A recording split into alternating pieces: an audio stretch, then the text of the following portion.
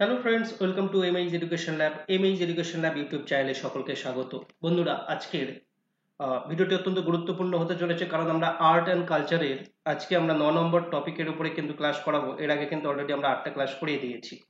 প্রত্যেকটা টপিক কিন্তু ইম্পর্টেন্ট। তোমরা যদি পিএসসির পরীক্ষা দাও, বিশেষ করে যদি পিএসসি মিসলেনিয়াসের পরীক্ষা দাও, মিসলেনিয়াস, ওকে, তো সেখানে কিন্তু এই আর্ট অ্যান্ড কালচার থেকে প্রচুর প্রশ্ন আসে, এবং সেই আর্ট অ্যান্ড কালচারের প্রশ্ন যথেষ্টই কিন্তু ডিফিকাল্ট লাগে যদি তোমরা না পড়ে যাও। এখান থেকে অনেকগুলো টপিক পড়তে হয়।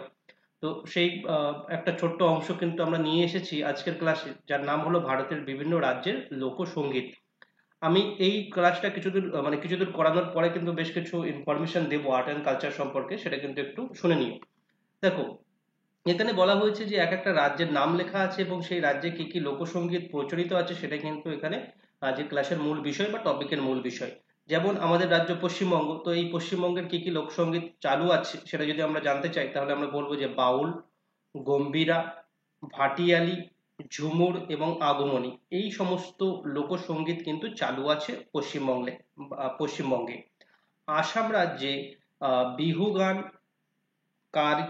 কার্বি এবং টিকির, এই তিনটে লোকসঙ্গীত প্রচলিত আছে আহ, অসমে। মহারাষ্ট্রে কি কি আছে? লাবণী এবং পোবারা। ছত্তিশগড়ে কি কি আছে সঙ্গীত, শাস্ত্রীয় সঙ্গীত বা লোকসঙ্গীত? সেটা হলো কি পাণ্ডবনী। এবারে দেখো বন্ধুরা, আমরা যেটা যে কথাটা বলছিলাম সেটা কি না, আমরা যখন আর্ট অ্যান্ড কালচারের পোর্শনটা পড়াচ্ছি, আর্ট অ্যান্ড কালচার যে 9টা ক্লাস আমরা বলছি আমরা করিয়ে দিয়েছি, এই 9টা ক্লাস কিন্তু এক একটা ব্রড সেন্সে ধরলে বেশ কয়েকটা মেন টপিক থাকে, তার কিন্তু ছোট ছোট অংশ।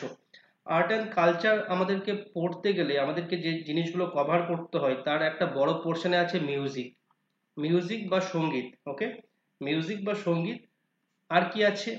ফিল্ম আছে, ফিল্ম মানে সিনেমা, ওকে। তারপরে কি কি আছে? চিত্র আছে, চিত্র, চিত্র যেগুলো মানে অঙ্কনের কথা আমরা বলি, চিত্র আছে। এর বাইরেও কিন্তু প্রচুর ইনফরমেশন থাকে যদি আমরা ব্রড সেন্সে ধরি, ঠিক আছে।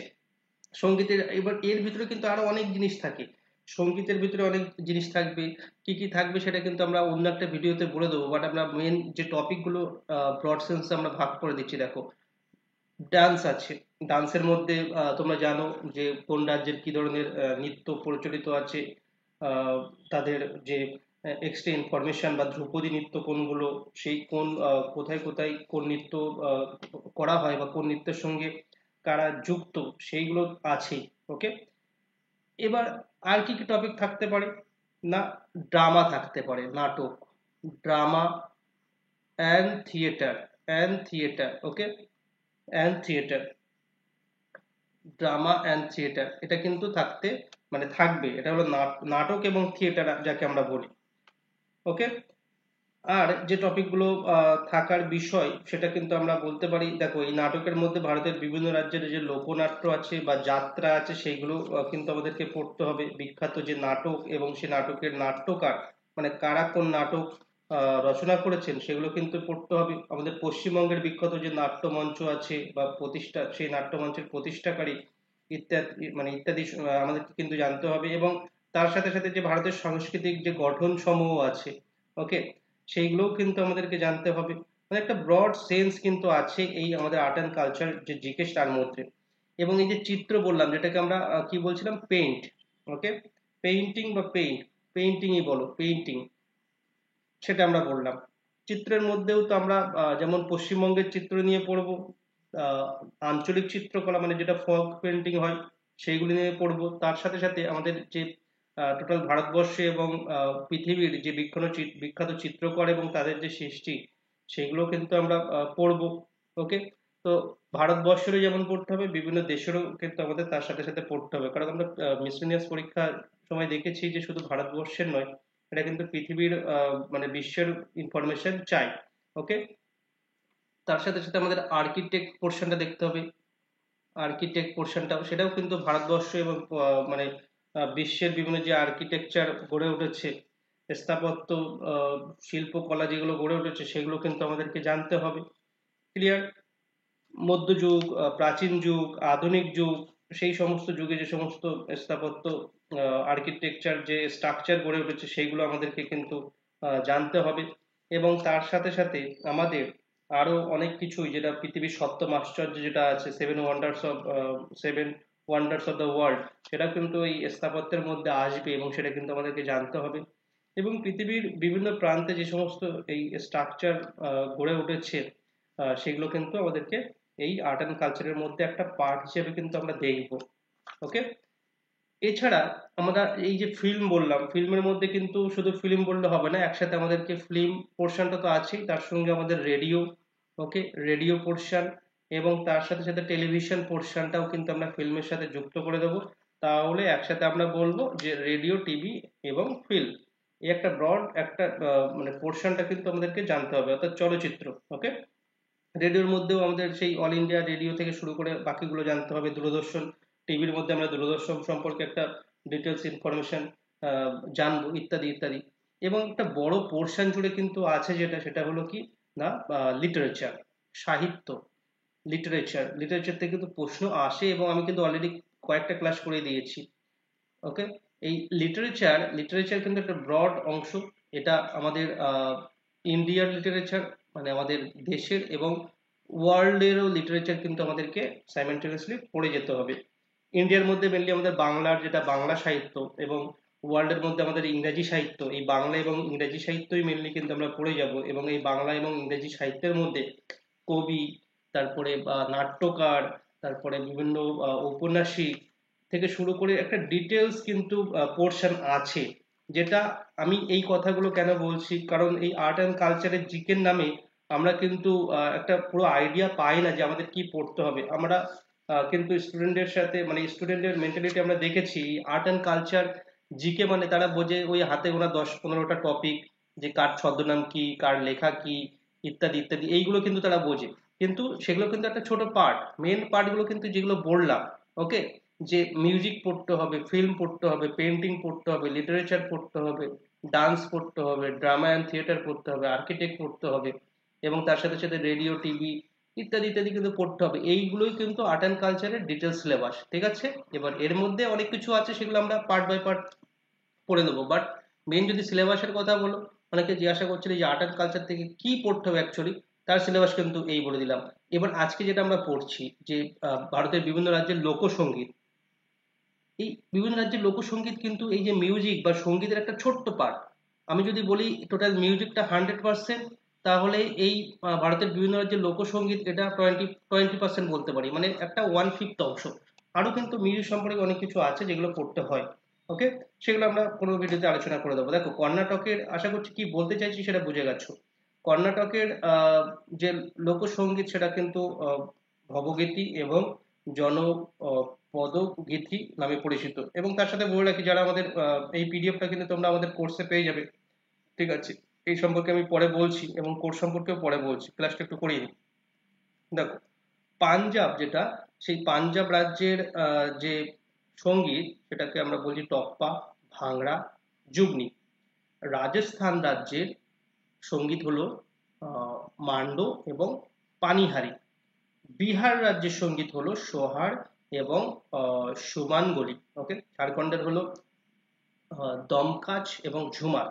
গুজরাটের হলো ভজন এবং গরবা বা গারবা যাকে আমরা বলি। উত্তরপ্রদেশের হলো রাশিয়া, বিরোহা, কাজরি এবং কাওয়ালি। নেক্সট আমরা চলে আসছি হিমাচল প্রদেশ। আমরা ক্লাসটা শেষ হয়ে গেলে অনেক কিছু ইনফরমেশন দেওয়ার চেষ্টা করব। হিমাচল প্রদেশের হলো ঝুরি এবং আইনচলিয়ান। জম্মু কাশ্মীরের হলো সুরমা, হাফিজ নাগমা এবং চাকরি। পরীক্ষায় পড়ে এগুলো, চাকরি কোথাকার নৃত্য, বা এখানে যেটা আছে গারবা কোথাকার নৃত্য, দমকাজ বা ঝুমুর কোথাকার নৃত্য, এগুলো কিন্তু পরীক্ষায় পড়ে। উত্তরাখণ্ড যেটা হলো ঝোড়া এবং খাদিয়া। ওকে। অরুণাচল প্রদেশের হলো জাজিনজা, নিয়োগা এবং বারবি। সিকিমের নৃত্য, সিকিমের যে সঙ্গীত সেটা হলো ঘাতকেতো। তারপরে কি আছে, দুখাং থামো, এগুলো হলো সিকিমের। মণিপুরের হলো খুবা কেইস, ওকে, কেশি, খুবা কেশি। গোয়ার হলো ভানভর, ফুগড়ি, মান্ড। অন্ধ্রপ্রদেশের হলো মাদিগা, দাপ্পু, অগ্গুকথা, শুভলি, পাতালু। এই যে খটোমটো নাম, বারবার আমি যেটা বলি, নামগুলো মুখস্থ করতে যেও না। মুখস্থ করতে গেলে অনেক কিছু মানে মুখস্থ করতে পারবে না, সব ভুলে যাবে। বারবার শুধু একবার চোখ চোখ বোলাবে, রিডিং করবে, তাহলেই মনে থেকে যাবে। দেখো নাগাল্যান্ডের হলো কি নিউলিউ, আহ, হেক্কাইলিউ, এবং মধ্যপ্রদেশের হলো আলহা এবং পাই। এই হলো বিভিন্ন যে রাজ্য এবং তাদের, যেটা আমরা বললাম, সঙ্গীত। এবার দেখো সঙ্গীত বা মিউজিক, এটা ছোট অংশ কেন বললাম, কারণ আমরা মিউজিক বা সঙ্গীতের কথা যদি বলি, ভারতের যে শাস্ত্রীয় সঙ্গীত আছে সেই সঙ্গীতকে কিন্তু আমরা কটা ভাগে ভাগ করতে পারি, দুটো ভাগে ভাগ করতে পারি। আমি ডিটেলস করাবো না, একটু সামান্য ইনফরমেশন দিয়ে রাখি, পরবর্তীকালে কোনো ক্লাস আনলে মিউজিক সম্পর্কে আমি ডিটেলসে করিয়ে দেবো। এই যে শাস্ত্রীয় সঙ্গীতের কথা বলছি ভারতে, সেটা কিন্তু দুটো ভাগে ভাগ করা যায়। কি কি? না, হিন্দুস্থানি, হিন্দুস্থানি, ওকে, হিন্দুস্তানি শাস্ত্রীয় সঙ্গীত একটা ভাগে ভাগ করা যায়, আর একটা হলো কর্ণাটকী, মানে এটা সাউথ ইন্ডিয়ার মেনলি। কর্ণাটকী শাস্ত্রীয় সঙ্গীত, একটা হলো হিন্দুস্তানি শাস্ত্রীয় সঙ্গীত, একটা হলো কর্ণাটকী শাস্ত্রীয় সঙ্গীত। ওকে, এই দু রকমের কিন্তু শাস্ত্রীয় সঙ্গীত আছে। মেনলি আমাদের যে পোর্শনটা পড়তে হয় সেটা হলো হিন্দুস্তানি শাস্ত্রীয় সঙ্গীত। এবং এই হিন্দুস্তানি শাস্ত্রীয় সঙ্গীতের একটা ডিটেলস ইনফরমেশন আছে, সবগুলো লাগবে না। এই হিন্দুস্তানি মানে শাস্ত্রীয় সঙ্গীতকে নটা ভাগে কিন্তু ভাগ করা যায়। নটা টাইপস আছে, নটা ধরন আছে। ওকে, সেই ধরনগুলো কি কি সেটা পরবর্তীকালে আলোচনা করবো। আমি জাস্ট একটা ওভারঅল স্ট্রাকচার তোমাদের সামনে তুলে ধরছি। এবার এই আহ, ধরনগুলো কিন্তু অনেক রকম হয়। তোমরা শুনেছো যে ধ্রুপদ, ধ্রুপদ এরকম নাম শুনেছো, বা শুনেছো তোমরা খেয়াল। এগুলো কিন্তু একটা একটা ধরনের নাম বলছি, ঠিক আছে? মানে শাস্ত্রীয় সঙ্গীত, যেটা হিন্দুস্তানি শাস্ত্রীয় সঙ্গীত, তাদের একটা একটা ধরনের নাম বলছি। আর আছে তারানা। পরীক্ষা প্রশ্ন কিন্তু কঠিন দিলে জিজ্ঞাসা করতেই পারে যে এই এর মধ্যে কোনগুলো হিন্দুস্তানীয় আহ, সঙ্গীতের মধ্যে পড়ে বা পড়ে না, ঠিক আছে? তারপরে ঠুমরি, ঠুমরি এইগুলো সব এক একটা ধরন। ওকে, ঠুমরি। 5 নম্বর ধরন যদি আমরা বলি, দাদরা। 6 নম্বর যদি আমরা বলি হরি। ওকে, ভয়ঙ্কর রয়সী হরি। নেক্সট আমরা 7 নম্বর হয়ে গেল, 7 নম্বর, 3, 5, ওকে চলো। তারপরে কি বলবো আমরা, না ধামার, ধামার। 7 নম্বর হলো ধামার। টপ্পা, টপ্পা, গজল। এটা কিন্তু এক একটা গানের ধরন হয়, ঠিক আছে? মিউজিক অনেক ধরনের হয়, তার মধ্যে আমি প্রথম বললাম ব্রড সেন্স আমরা দুটো ভাগে ভাগ করলাম। একটা হিন্দুস্তানি মিউজিক হয়, আর একটা হলো কর্ণাটকী মিউজিক। কর্ণাটক মানে সাউথ ইন্ডিয়ার একটা আলাদা টাইপস এর কিন্তু মিউজিক থাকে। আর এই যে হিন্দুস্তানি মিউজিকের কথা বললাম, সেটা কিন্তু নটা ধরন বা নটা টাইপস এর কথা আমরা বললাম। একটা বলছে ধ্রুপদী, 2 নম্বর বলছে খেয়াল, 3 নম্বর বলছে তারানা, 4 নম্বর আমরা বলছি ঠুমরি, 5 নম্বর আমরা বলছি দাদরা, ওকে, 6 নম্বর হরি, 7 নম্বর আমরা বলছি ধামার, 8 নম্বর বলছি আমরা টপ্পা, এবং 9 নম্বর আমরা বলছি গজল। তো এতগুলো ধরনের মিউজিক কিন্তু হিন্দুস্তানি মিউজিকের মধ্যে থাকছে। এবার প্রত্যেকটি আহ, মানে যে ধরন, প্রত্যেকটি যে টাইপস বা ধরন, তার মধ্যে কিন্তু আলাদা আলাদা ঘরানা থাকে, ঠিক আছে? মানে ঘরানা মানে বুঝতে পারছো কি আমি বলছি, যে এক একটা টাইপস আছে, নটা টাইপস আছে। এবার এই যে এক এক টাইপস এর মধ্যে, ধ্রুপদীর মধ্যে আবার কিন্তু ঘরানা থাকে, ঘরানা, ঠিক আছে? মানে এরও কিন্তু আলাদা ভাবে আরো ক্লাসিফিকেশন করা যায়, যে ধ্রুপদী বা ধ্রুপদী নয়, ধ্রুপদ যে সঙ্গীত, সেই ধ্রুপদ সঙ্গীতের মধ্যে কিন্তু অনেক মানে অনেক ধরনের কি ঘরানা থাকবে, তারও আলাদা আলাদা ছোট ছোট কিন্তু টাইপস থাকবে। সেই এক একটা ঘরানা কিন্তু এক এক জায়গায় বেড়ে উঠবে, এবং তার জন্য এক এক রকম কিন্তু গায়ক তার সঙ্গে সম্পর্কযুক্ত থাকবে। তো সেটাও কিন্তু এখানে আছে, যেগুলো আমাদেরকে পড়তে হয় মিউজিক সম্পর্কে আলোচনা করতে গেলে, সেগুলো কিন্তু আমাদেরকে জানতে হবে। ওকে, এবং এই যে ভারতের আমরা সঙ্গীতের কথা বললাম, তো সেই সঙ্গীতের ঘরানা এবং সেই সঙ্গীত কোথায় কোথায় গড়ে উঠছে সেটা তো আলোচনা করলাম।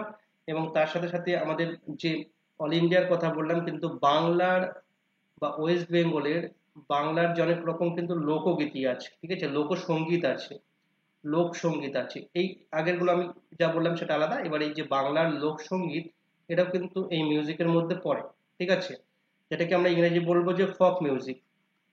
ফোক ডান্স যেমন হয় এরকম কিন্তু ফোক মিউজিক হয়। সেই বাংলার কি ধরনের ফোক মিউজিক গুলো আছে বা লোকসঙ্গীত গুলো আছে সেগুলো সম্পর্কে আমাদেরকে পড়তে হবে।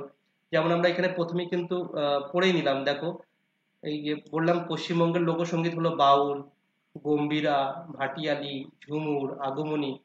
তো আমরা যেহেতু ওয়েস্ট বেঙ্গলের পরীক্ষা দেব এবং মিসলেনিয়াসের পরীক্ষা দেব, তার জন্য কিন্তু আমরা এই যে বাংলার লোকসঙ্গীত বা ফক মিউজিক তার সম্পর্কে কিন্তু ডিটেলস আর একটু পড়বো। যেমন বাউল আছে, বাউল সঙ্গীত, এটা হলো ফক মিউজিক। তারপরে আমি কি বললাম, পটুয়া সঙ্গীত আছে, পটুয়া, পটুয়া সঙ্গীত আছে। 3 নম্বর আমরা বললাম যে লেটো গান আছে, লেটো গান, লেটো সঙ্গীত বা লেটো গান আছে।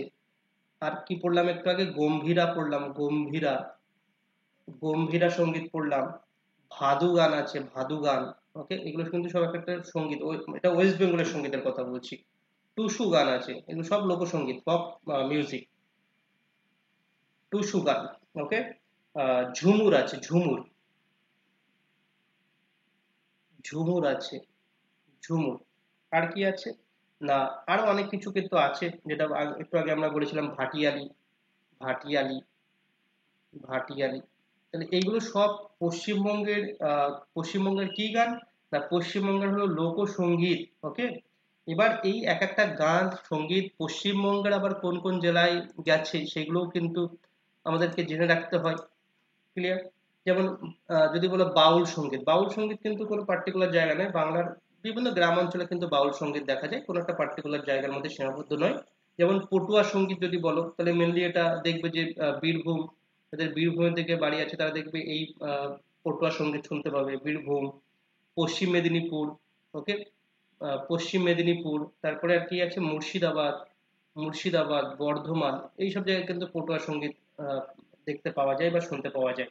ওকে, যেমন টুসু গানের কথা যদি আমি বলি, কোথায় গেল টুসু গান, এই যে টুসু গানের কথা যদি বলি, টুসু গানটা কিন্তু পুরুলিয়া, বাঁকুড়া, মেদিনীপুর এইসব জায়গায় দেখা যায়।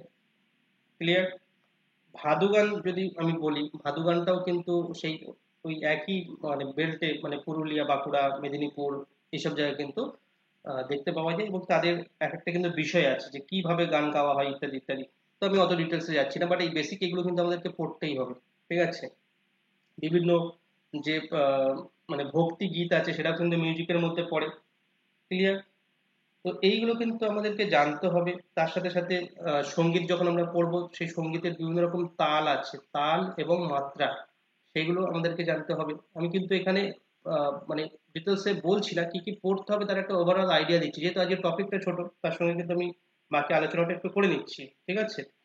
এবার এই মিউজিকের সাথে বিভিন্ন বাদ্যযন্ত্র, বাদ্যযন্ত্র আমরা কিন্তু জানি, মিউজিক তো বাদ্যযন্ত্র ছাড়া হয় না, তাই না, যে ইনস্ট্রুমেন্ট থাকে, মিউজিক্যাল ইনস্ট্রুমেন্ট এবং তাদের শিল্পী, সেখান থেকে তো পরীক্ষা প্রশ্ন আসে, তোমরা তো জানো যারা কম বেশি পরীক্ষা দিয়েছো, যে বলা হবে যে সানাইয়ের সঙ্গে সম্পর্কযুক্ত সারদ, বীণা, বাঁশি, বেহালা, তবলা ইত্যাদির সঙ্গে সম্পর্কযুক্ত শিল্পী কোনগুলো।